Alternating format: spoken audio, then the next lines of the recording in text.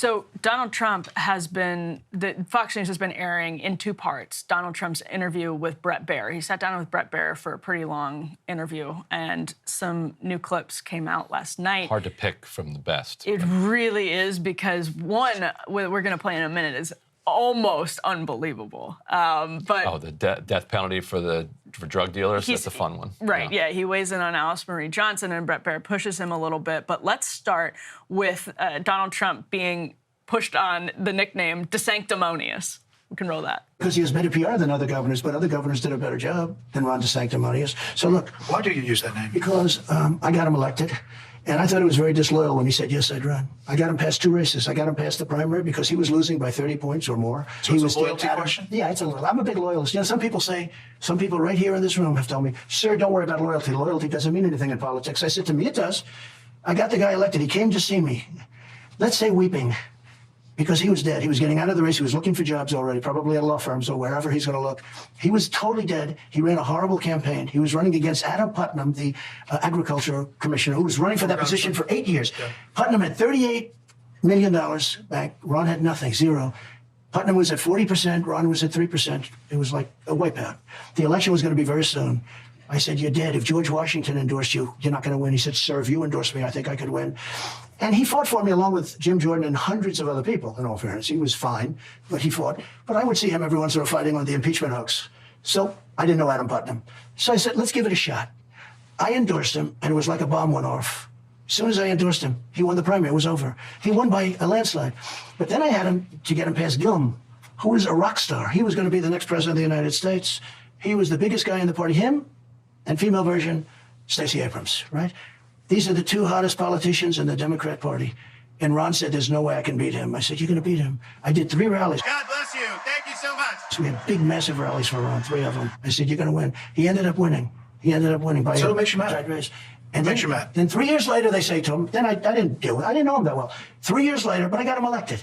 But I did that with other people, too. But, you know, just out of respect. So I said, 3 years later, they asked him, are you going to run against the president? He said, I have no comment. I said, no comment. No comment means he's going to run. I said, this guy's going to run. So Donald Trump is actually 100% accurate in saying that his endorsement was crucial to Ron DeSantis. Might be off on the numbers slightly, but... Maybe slightly, but Ron DeSantis knows that because he ran ads at the time emphasizing over and over again how close he was and how MAGA he was. Basically, there's that famous ad of him with his kids in his living room.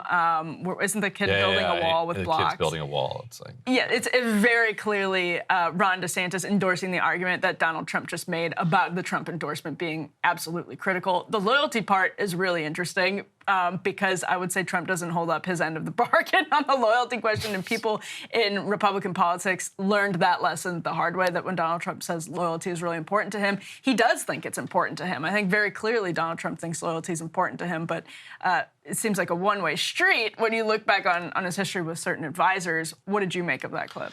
One quick ironic interlude here, which is that the DeSantis and Gillum election, one of the great hinge points in American politics, because this came down to just 30,000 votes, like an extremely close race. The only reason that DeSantis ends up winning this election is because of FBI election interference. There's your irony. And where is Trump in denouncing this? The FBI came in and leaked that there's an investigation into Tallahassee, but that it was focusing on Gillum because Gillum got some Hamilton tickets through his brother, and that Gillum said he thought his brother had reimbursed the person that he got the Hamilton tickets from, but apparently his brother did not, or cousin or whoever did not reimburse. So they went to Hamilton and they didn't pay for their tickets. And this became a gigantic scandal in like a week or two before the election. And you can see his momentum kind of dampen. And you can imagine that the tiny margin, 0.4% that DeSantis won by, was made up entirely by the FBI creeping in and flipping that election to DeSantis.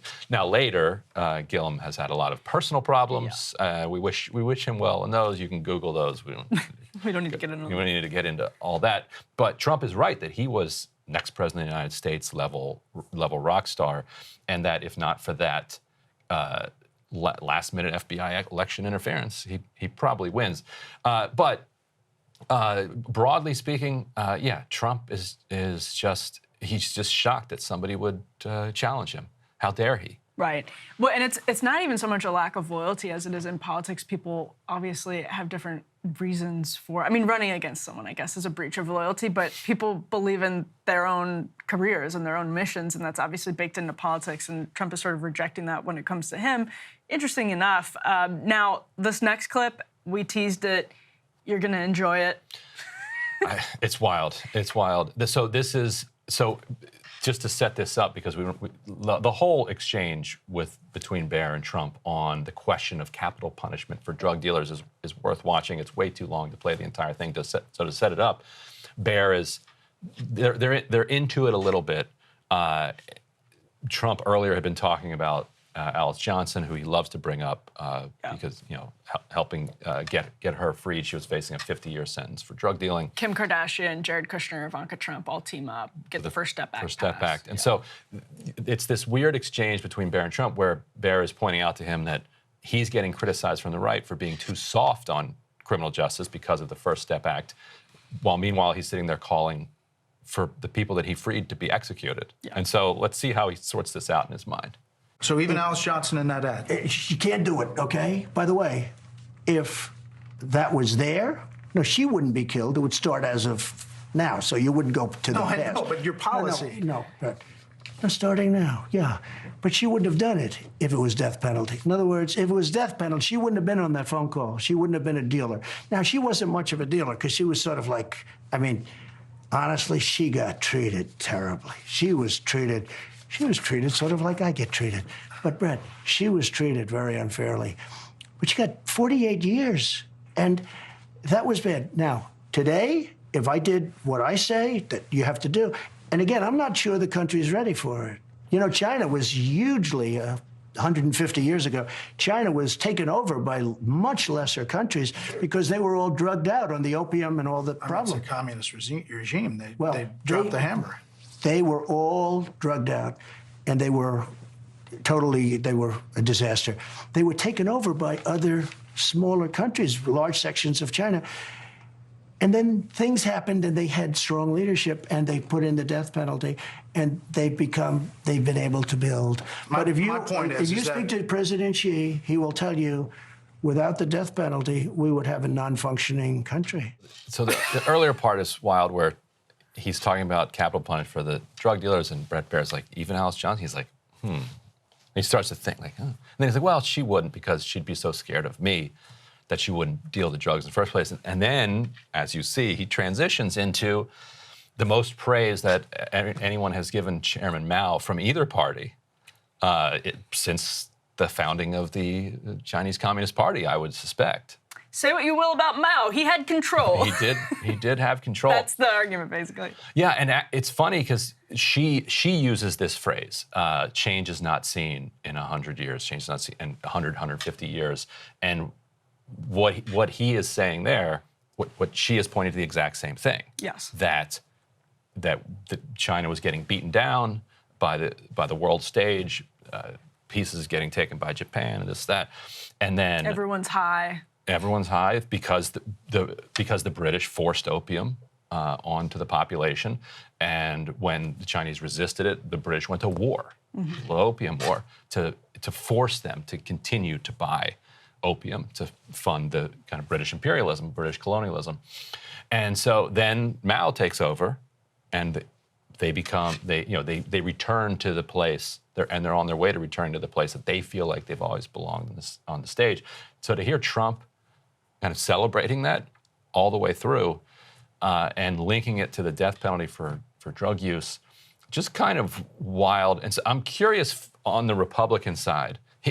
We're 8 years into Trump on the national political stage, so we're used to this sort of stuff. But this is whiplash of kind of an even greater degree. Does it not matter? Like, how does it matter that he's on the one hand defending the First Step Act, and on the other hand saying that maybe if the country's ready for it, but they're probably not ready for it, but if they are, maybe we should execute drug dealers? I think it matters only on the margins. So I think there's a chance that seeing Donald Trump look so unfamiliar with his own legislation and touting Alice Johnson's story, and Brett Baier, who I think conducted a great interview, pushing back and saying she was running a cocaine ring, essentially, and that doesn't reflect on my stance about her sentence, but that's what Donald Trump is being confronted with, right? And that might not have been what Jared was telling him,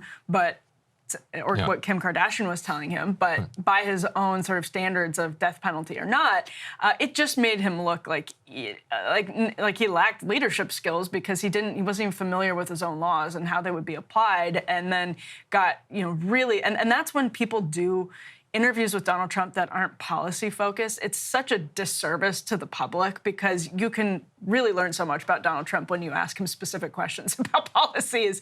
And that's what Brett Baier does in this interview. It, I think really gets to the bottom of the way Trump sees drug policy, for instance. And that's very useful. The DeSantis team definitely thinks that the First Step Act is a vulnerability for Donald Trump. Now, I believe DeSantis actually voted for the First Step Act. He was still in Congress. But because Donald Trump made a big deal of it and had Kim Kardashian there and has touted it for a long time and was really the person who, his administration, shepherded this through Congress, because crime has become a really huge hot topic for Republican voters.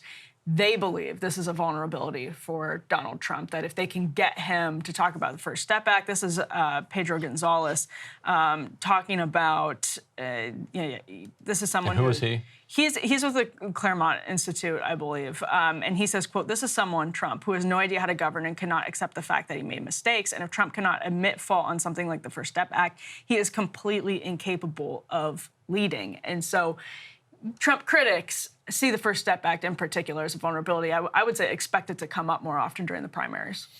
Right, and because it freed 1,000, it barely freed anybody. The frustration among criminal justice reformers was that all of the energy that went into passing this act could have just been spent on commuting sentences of individual people one by one because it freed so many people.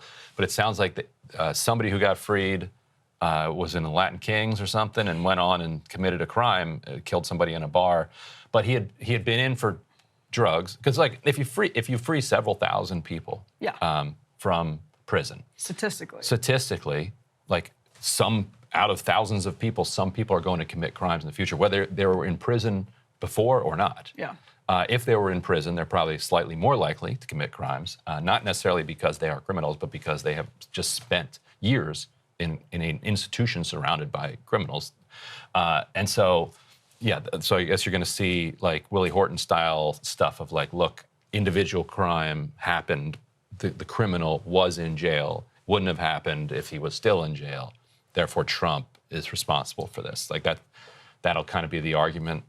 Yeah, so here's Pedro. He's with the Charlemagne Institute and Chronicles Magazine, not Claremont, but he said, he brings up this old Tucker Carlson report in 2019 of the 2,200 roughly inmates, 2,243 inmates released under First Step. Only 960 were incarcerated for drug-related offenses. On the other hand, 496 were in prison for weapons and explosive-related crimes, 239 for sex offenses, 178 for fraud, bribery, and extortion, 118 for burglary, larceny, and 106 for robbery, according to the data. Another 59 were imprisoned over homicide, aggravated assault, 46 for immigration-related offenses, 9 for counterfeiting, embezzlement, and 2 for national security reasons. So that is, again, expect to hear more of that for sure, because I think Trump opponents see that in particular as crime has risen in some cities unevenly, of course, but as that has happened, and as you have had, the sort of left-wing prosecutors respond to it in a way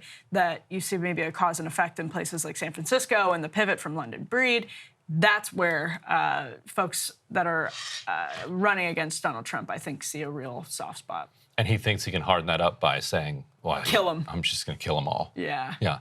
Oh, by the way, I forgot to mention at the very top of the show, in Fairfax, they went after the reformist prosecutor and lost.